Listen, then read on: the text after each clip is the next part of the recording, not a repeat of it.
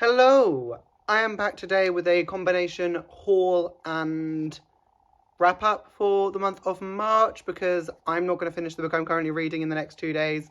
So I figured if we wrap up now, I'm ready to go.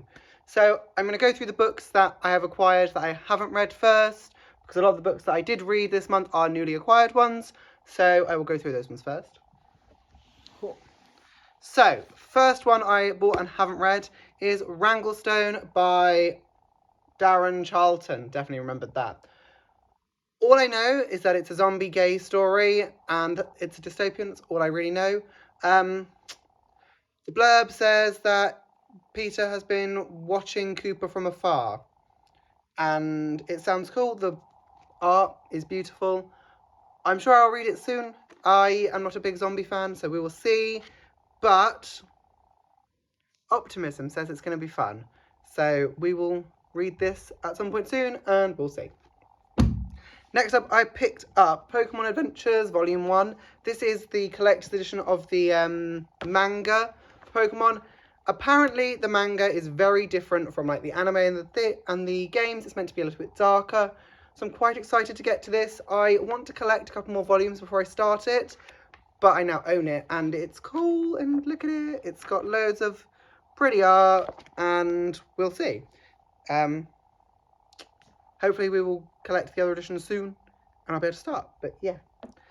Then I picked up this one first.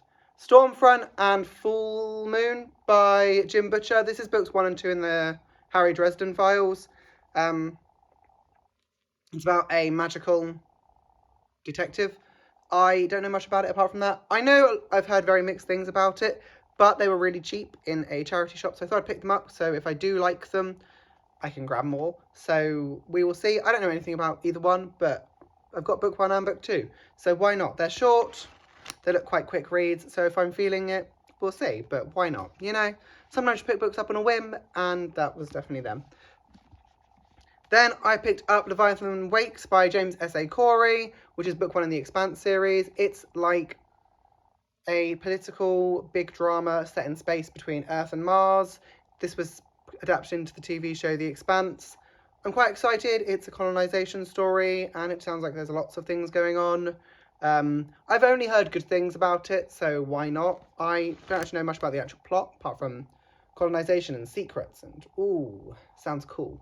So why not? You know, I picked it up. It was in a charity shop. It was like £1. We get things that are £1. Then the last one I have picked up that I have not yet read, which has currently got marks on it, which is really annoying. But that is Iron Widow by Ziran J. Shao. Hopefully I got that close. I bought this because it's pretty. Not gonna lie, this is a cover buy. It is definitely a big mech story by the sounds of it. I mean, piloting chrysalises, giants transforming robots that battle the aliens beyond the Great Wall. It sounds cool. Handmaid's Tale meets Pacific Rim. I'm so here for that as a mix. Not that I've seen either of those shows, but they sound cool. So I'm here for it. It's gorgeous. I'm sure it's going to be great fun. I will hopefully be getting to this soon. We'll see. But yeah, The Iron Widow. Now moving on to the wrap-up / haul section. Because, like I said, a lot of the books I've read this month are books that I bought this month. So, the first one I read was 1500 Miles from the Sun by Johnny Garzavilla. Definitely remember that. This follows... What are their names? I forgot their names. How have I forgot their names? I forgot the 2 main characters' names. But... that's going to annoy me. Who are the main characters? Oh, well, whoever the main characters are. It follows the main characters, they fall in love, long distance, they meet over social media, it becomes a whole thing. The main character comes out, but when he's really drunk, and then it goes from there. It is very cliche ridden. It is a, it's cute. I gave it 3.5 stars out of 5. If I wanted to read something cutesy, I would recommend it, but I also would probably recommend other books ahead of this. It's not bad by any means, it's just very cliched. And apparently forgettable because I can't remember the main characters' names, which is well awkward. So this exists. It is a gay book, and that's about all I remember. Oops. Then we have Before We Disappear by Sean David Hutchinson. This follows two perspectives, Wilhelm and Jack. God, I could totally remember that. It's set at the Great World Fair of Chicago. No, Seattle.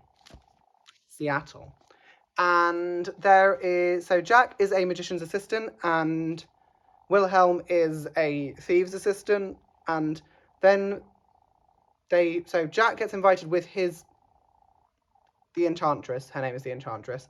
They go to the World Fair to perform, and then Wilhelm comes with his master. Sounds horrendous, doesn't it? But that's what it's like. And then they fall in love. There is drama. There's a little bit hint of magic. It's a very whimsical book with hints of fantasy. I ended up giving this 4 out of 5 stars. I think I've read better Sean David Hutchinson books. I think, in fact, I've read 3 of his books. I think At the End of the World. No, We Are the Ants, and I'm blanking on so many titles today. Why am I so useless? And the other one that's not The 5 Stages of Andrew Brawley were better. This it takes a long time to get to where it needs to be. Jack and Wilhelm's relationship is very sweet, but Ruth and Jessamy, who are supporting characters, are also queer and have this relationship. And I would much rather spend a little bit more time with them. I think having Jack and Wilhelm as the narrators was not a great choice. I think it would be more interesting to hear from one of the girls. I think the girls had a much more potentially interesting storyline because they didn't get to do a lot because they were serving the main story as opposed to having their own storyline, really. But the hints to the magic and stuff were really fun. The actual payoff at the end is quite cool. So, yeah, I would recommend it. It's a good book. But if you're going to read Sean David Hutchinson, just read We Are the Ants. It's his best book. Then I read this one first. Golden Boys by Phil Stamper. This follows 4 queer teenagers who are best friends who separate for summer to go and embark on various adventures. So there is Gabriel, Reese, Sal and Heath, and they all have wild adventures in different places. Reese is in France, Gabriel is in Boston, Heath is in Florida, Sal is at DC. So lots of things going on. I give this 4 out of 5 stars. It's very cute. It's very cute for some perspectives, especially, less so for others. I think Gabe and Sal's relationship and the implication that these 16, 17-year-olds are having this casual friends with benefits situation, a little bit weird. I know people are being intimate at that age, but I didn't love the implication of that. I just personally found it a little bit odd and a little bit off that they're having such a mature friends with benefits situation when they're so young. But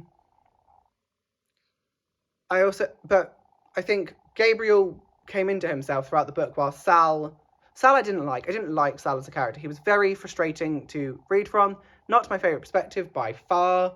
Reese and Heath both had a lot more interesting things going on, and their relationship was by far my favourite part of it. I think it was well seeded at the beginning and then wove through really well to get them together at the end. But yeah, I would not like Sal. I just don't like Sal. Sal gets less annoying as we go on, but it doesn't save it. But Golden Boys. I would read other books by Phil Stamper, and I'm planning to, but this one was good, just not great. Then I read, oh no, I've done this out of order. Oh well. If This Gets Out by Sophie Gonzalez and Cale Dietrich. This follows 2 boys in a pop band who fall in love. It was a wild read. I couldn't put it down. I just give it 4 out of 5 stars. It just reads like One Direction has been put into this world. It does feel like that. It is quite a fun read. Ruben and Zach are quite cute. They're actually a really good relationship, and they get together quite early on, which I like. I don't like having to draw out the long relationships. So it definitely hit better that way. Some of the events are wild, and the use of drugs, alcohol is prevalent in this book. So if you're not comfortable reading that, maybe give it a skip. But it also goes a lot to show how people interfere with relationships, because the management are really against it, Zack and Ruben's relationship, and that's the main theme. And it's quite horrible, some of the things they say and do, but it's an impressive book, considering it does just feel like One Direction fan fiction. But it was good fun, so I read this.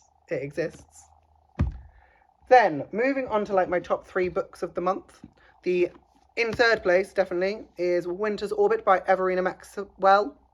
This follows 2 characters who enter a arranged marriage to preserve a treaty between different planets in a empire, between the Empire and the Resolution. So the Resolution comes in every 20 years, and they are trying to renew the treaties to maintain the links with the wider universe.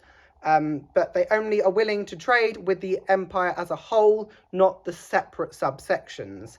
So prior to the start of everything, Janan was married to someone else from Iskat, and his partner formerly died. Mysterious circumstances, died. No one really knows why. And then he then marries Kiem, and they then have to fall in love and embark on a wild journey trying to find out who killed Tam and preserving the treaty, because they are called into question for their relationship. It is wild. It is not what I was expecting, but it is like a space political romance, I presume is the best way to put it. The relationship between Kiem and Janan's actually really well done. I really enjoyed it. They really start really slowly, and it was very frustrating, especially at the beginning with Janan. Janan doesn't communicate, and it is so annoying. I'm just like, please talk to Kiem and you won't have any problems. He doesn't for ages, but when they do finally get there, it's really good. The payoff at the end is amazing. The whole thing wraps up really well, but it is very slow. It's a slow burner, and that did make it a little bit difficult. I gave it like a 4 stars, but like a high 4, like a 4.25. It's good. It is good, and I would recommend this book if you're into sci-fi, especially if you're into like not overly techno-based sci-fi. It's very politically driven, which I really enjoy. And one of the things this book does really well is it addresses gender themes and everything like that. So all of the characters, depending on where they're from, have a different marker that they wear on their body to denote their gender. And it's just cool. It's just so blasé. It's not something that's really paid a lot of attention to. They're just, some of the people are just them. Some people are he, she. It's just very casual. Nothing is drawn into question. Like the marriage between 2 men to hold the treaty together, not even called into question. It's just accepted. It's very queer. It's very good. Good fun. Then, in second place for this month, it is Daughter of the Deep by Rick Riordan. If you followed my Instagram, never saying Bookstagram again, you would know that I really enjoyed this book. So this follows Anna, who goes on an adventure to find the Ulysses. And save the legacy of H. Harding Pencroft School, who have a rival, the Land Institute. It is so good. Rick Riordan could do no wrong. I love Rick Riordan. He writes such easy stories. They're so easy to fly through, but they're so engrossing. Anna is such a fun protagonist, and she's not like exceptional. She's got her talents, but she's not a Mary Sue. She does everything. She is everything at once, but nothing great. She's just a normal person who is thrown into an unexpected situation. It's so cool, and I think this book encapsulates so well Rick Riordan's easy philosophy of bringing different ethnicities and wide array of characters into a story. There is no need for diversity to not happen in books anymore. I feel like people like to make excuses still, but there is no excuse. It's so easy to do, and he does it so well. You know, there is no reason for it to be a difficult thing. It should just happen like this. There is autistic characters. It's just phenomenal. Like it's so easy, and why is it not done more? But this book does it really well, and it's a standalone, which I'm kind of sad about because I would definitely read a sequel because Anna is great. And the plot twist, let me tell you, 10 out of 10. was a great plot twist. I'm not going to spoil it because spoilers, but it's a great plot twist and I would recommend. It is a good book. Very good book. Much fun. Then my favourite book for the month is All That's Left in the World by Eric J. Brown. This is a dystopian story where there has been a catastrophic flu that has wiped out the majority of the world's population. There is two boys, Andrew and Jamie, who find themselves together in difficult circumstances to try and work out what comes next. So both of them have their own agenda to try and get out of this flu-stricken place, but they don't really know what to do. So the two of them end up banding up and going on together. And it's awesome.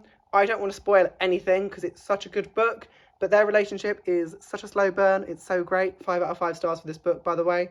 It addresses some really interesting topics of like race, gender. A lot of that gets played into it later on. Some of the supporting characters that come into it are very interesting, very fun, and the ending is really cute.